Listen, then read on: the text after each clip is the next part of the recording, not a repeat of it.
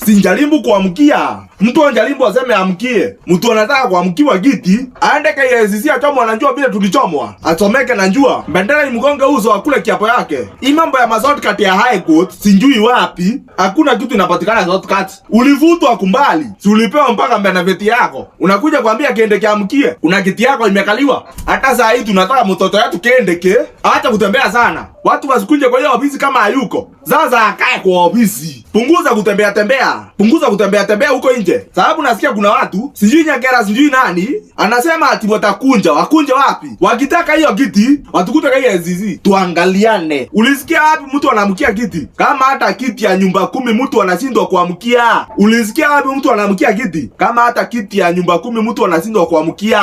Ni kiti ya namba 2. Mwacha hiyo mchezo mko naye. Usinjaribu na usisulutishwe. Mbezi yako ni sisi tuko naye. Na kiti iko mlima. Mtu kama aliboronga, akafanya ili alifanya, akatolewa aende. Aende na elabu wa munyolo zake. Iya kwende huko na makofia yake. Aende na elabu wa munyolo zake. Hata kama ni yeye anaweza amkia. Silikuamshwa aliamshwa ati tuamkie. Hata kama ni yeye anaweza amkia. Silikuamshwa aliamshwa. Kiti ukiamkia inakaliwa na mwingine. Hata ukiwa kwa bank zone, utoka hivi unaenda kuchukua simu, mwingine akalie. Inakuwa kitu ngumu kumwambia amkie. Sasa hii ya deputy ndio mnafikiria inaamkiwa kinjua kali. Kwanza tutatafuta mtu. Wakati kende kianazunguka, tunamwacha hapo akalie kiti ikuwe moto. Tunampatia solva 2 za miraa ati amkie. Tutaambia karani yao yanakalia. Sababu bila tunaona kiti haitaki kuachwa hivyo. Watu wanaitamani sana. Mlingoja tu tuinuke kidogo, mwanze kusema tuamke. Ni vile unakuta hema, mnaambiwa ati amkieni. Hiyo vyote ni ya wachungaji. Muamkia ni ya family. Na mlikuwa mmeketi hatuwezi amkia.